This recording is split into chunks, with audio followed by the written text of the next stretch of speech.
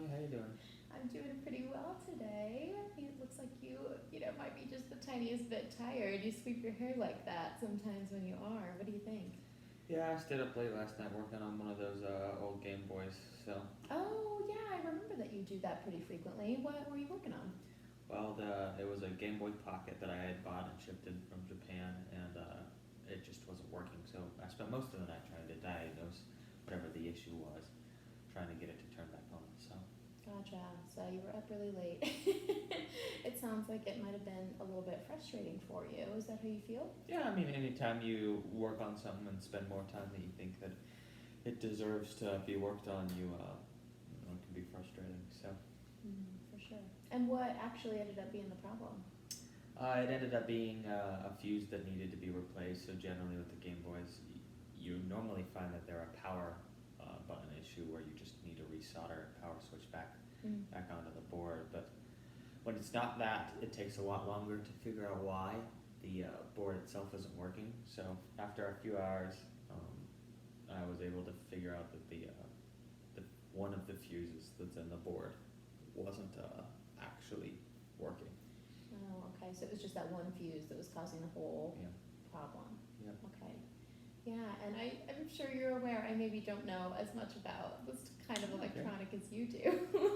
Is it, weird at all describing a technical issue when I don't have the same skill set?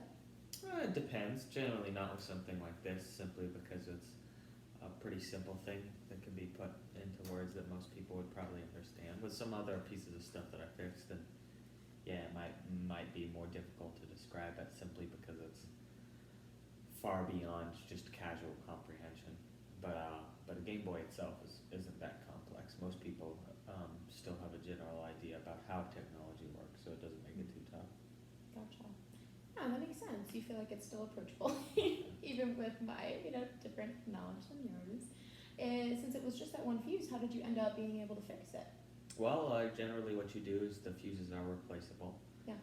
So I have extra fuses that I keep on hand for that reason. But diagnosing it takes a while. So once I've diagnosed it, it's very simple to unsolder the 2 points that the fuse connects to and resolder a new fuse on, and then the Game Boy powers right up. So Gotcha. So you were doing a lot of soldering then. Did you have to fire up a soldering iron to yeah, finish it?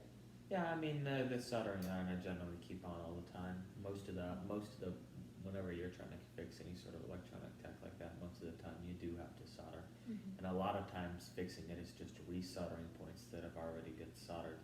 Because that solder sits for a long time, it doesn't end up conducting electricity through it. It's not super complicated, but effectively solders a soft metal. And when an initial solder is dropped, the solder itself can get just a little bit of water in it from the moisture of the air.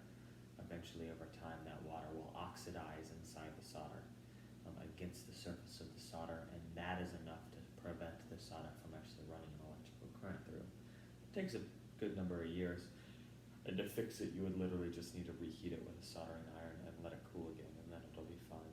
Gotcha. So that's not the big deal side of it. It sounds like the hardest part for you was really diagnosing it in the first Yeah. place and figuring out what it is that was wrong. The fix itself, almost with all of them, almost takes only 5 minutes, regardless of what it is. It is the diagnosing always that is the issue, right? Mm-hmm. Because when there's a dozen plus things on the board that could be the problem, and you have no way to obviously visually check it, you run into a pretty complex issue of how are you going to figure out what's what. Mm. Sure. Wow, it sounds like you then have compared it to a lot of other problems there and things that you've worked on before.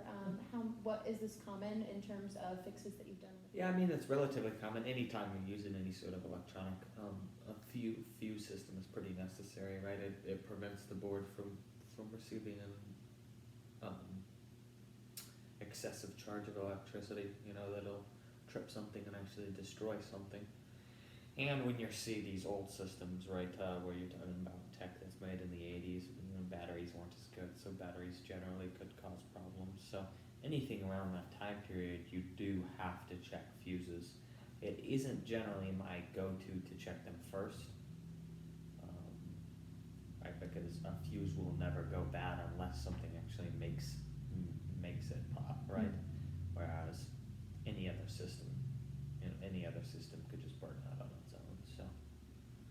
but they are relatively common. Okay. Well, since you had this kind of long night, were you up diagnosing this, and then you finally did fix the fuse? How did that kind of impact today for you? Well, I probably shouldn't stayed up as late having to go to work later, but I mean, it really just means that I'll probably have to go to bed earlier today because I'm already pretty tired, so. Yeah, I can see between, the yawn again, stretching that I see you do when you're sleepy. So is it feasible for you to maybe bump up bedtime this evening? Probably to some degree, Mhm. you know. I mean, I am working later, but at some point that I'm sure that I'll be able to get off maybe a little early and come home and go to sleep right away, so. Gotcha. So you have this big problem, and it sounds like you really put in a lot of effort and energy into getting it fixed for the, good or bad in the grand scheme of staying up a little bit later. So it's nice to hear that you are feeling better now that it's resolved, albeit a little bit sleepy. Yeah. Yeah. Well, I hope you have a great rest of your day and that you find a chance to get better rested this week. Thank you.